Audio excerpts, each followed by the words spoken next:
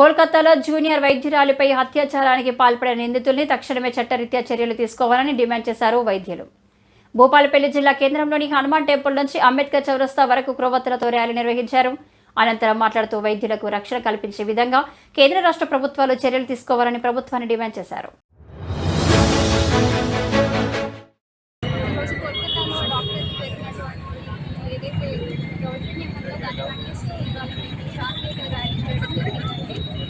ఒక డాక్టరు తను ఇక్కడ పబ్కి వెళ్ళలేదు, బయట ఎక్కడ వేరే చోట్ల ఎక్కడ కనపడలేదు. తన డ్యూటీలో ఉండగా తనని అమానుషంగా ఒక వ్యక్తి దాడి చేసి తనని అత్యాచారానికి గురి చేసి మొత్తము దానికి సంబంధించినటువంటి ఆధారాలు ఏవైతే ఉన్నాయో వాటిని కంప్లీట్గా తొలగించి అతను నిద్రపోగలిగాడంటే అసలు మనం ఎలాంటి సొసైటీలో బ్రతుకుతున్నాము అనేది మనల్ని మనమే ప్రశ్నించుకోవాలి.